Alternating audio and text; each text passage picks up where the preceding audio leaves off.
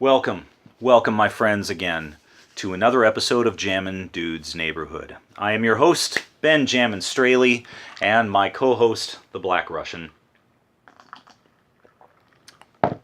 We've had some tragedy in the Dude household over the last couple of weeks, so I'm very sorry that I haven't gotten back to you sooner. But I'm here to talk about something that I may have mentioned briefly in passing before, but I really want to hit it hard this time because it's been really hitting home with me. Peter Orullian's The Unremembered, the first book in his Vault of Heaven series. I am halfway into book number 2, Trial of Intentions, and hopefully I'm going to be scoring an interview at Comic-Con, which is just coming up in 2 weeks, so you'll be getting an update soon when I do that. As a matter of fact, I hope to give several updates from Comic-Con.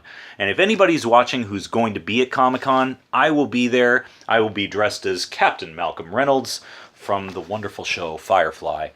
And you'll see me there. But Peter's book, The Unremembered, it just absolutely, I've read it twice now, and just blown away even more the second time around. So I had to hit it again and just say this is one of the best fantasy novels I have ever read. You can already tell that it's getting all worn around the edges. I'm not normally a big-time reader. I will go on tears where I read several books, and I read things that really catch my attention. And I just have to say that Peter's work just completely blows me away. It deals with a world where music is the magic. And it's actually, the idea is conveyed that it is music that helps to keep evil at bay. The makers of this universe abandoned it from the beginning when they had dissenting gods.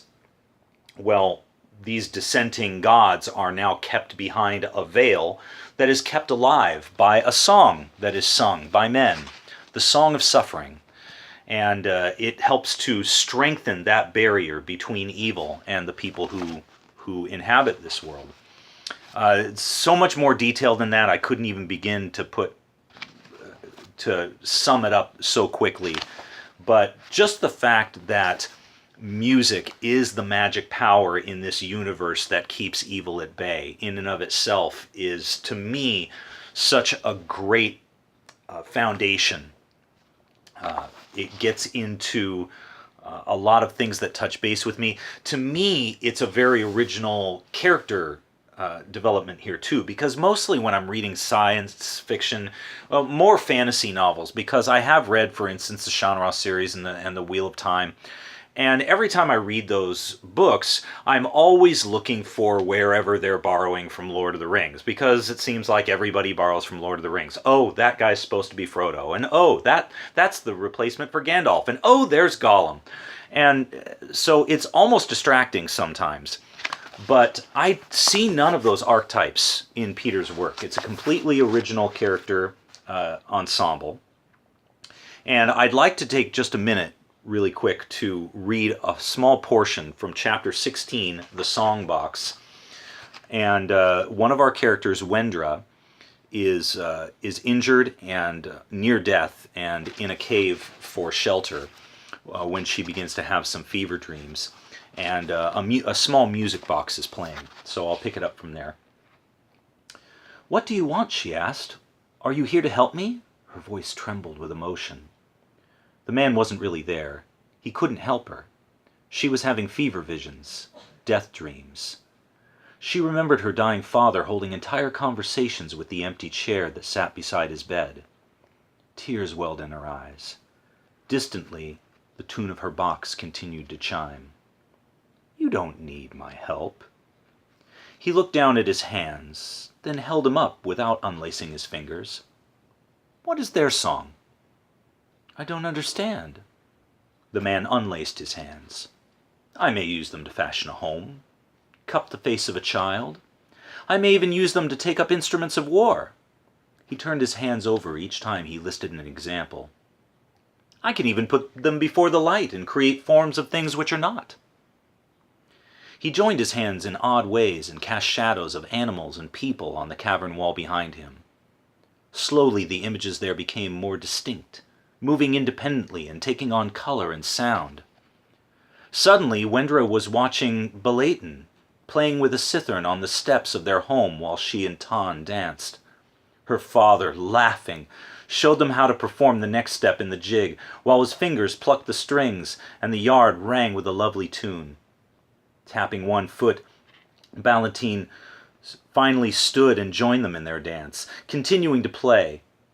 Fresh tears escaped Wendra's eyes as she remembered the tune her father played, the same as the tune on her box.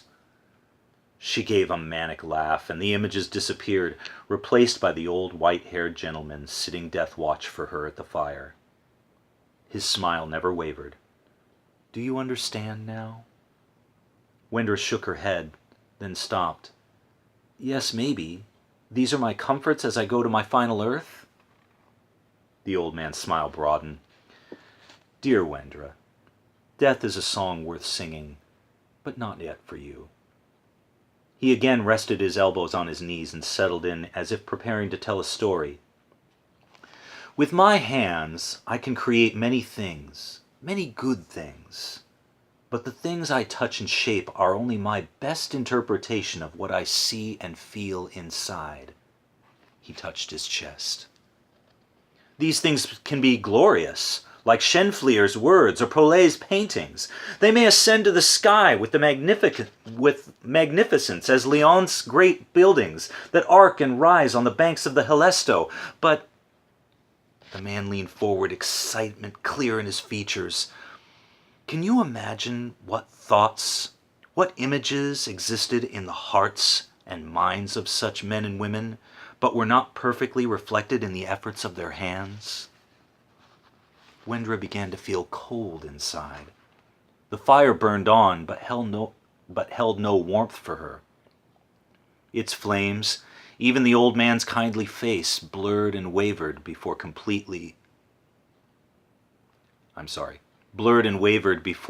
into sharp focus again. Beyond it all, her wood box played on, slower now as it wound down. She tried to fix her attention on the melody, to grasp something she knew was real, something she could understand. The old man sat up and flung back his great white cloak. In the firelight, his white hair and beard looked regal. He again fixed his stare on her, never losing his warm smile. "You, Wendra, the instrument you must play is you. It is the first tool, the first instrument. It is a uniquely wondrous symmetry of Forda e Forza. It is resonance. And I can teach you, but you'll have to get up off this floor." He patted his leg. "So how will you do that, Anais? Tell me, what song will serve the need?" "I'm too weak to get up," Wendra said. "I've sent a boy to bring help, and I worry he's lost or hurt." "The quiet aren't looking for you or the boy." "My brother, they came to our home, my child." "Indeed," the old man said, "and these are strains of a song that should be sung with reverence and hope, because they create in you what only you can voice. Learn from them, Wendra. I have stood in places for days at a time to hear and know the voice it sings with. Even this place, this dark cave, knows a song. And it's inside you now. The rocks and fire and ash. Pen it too, for what you see in him that is forever lost to you. It's a lament, Wendra, one you may sing of this place, this moment. But what joy there is in that too." "Joy?" The old man smiled. "Yes, joy. Because your lament can someday be your empathy for someone else. Someone who can't express such things for themselves. Not unlike your box." He motioned toward her music box. "What's captured there that causes you to return to that simple melody? Why, it's the things forever lost to you in the flesh, but alive in the spirit. Like the wood expending its form to exist as something brighter. We create as we can, Wendra. But the end must be to fashion something finer of ourselves. It's a beautiful book, full of beautiful words, and I just cannot say enough how much the words drip off the page like honey. Thank you, Peter. It's an incredible piece of work, and the words that you fashion are incredible to behold. So thank you so much for watching. Be sure to pick up The Unremembered by Peter Orullian, the follow-up book Trial of Intentions, and he's also got 2 short stories, The Sound of Broken Absolutes and The Vault of Heaven. These are 2 short stories that you can find at your local bookstore. And he will be at Emerald City Comic Con. I will be at Emerald City Comic Con.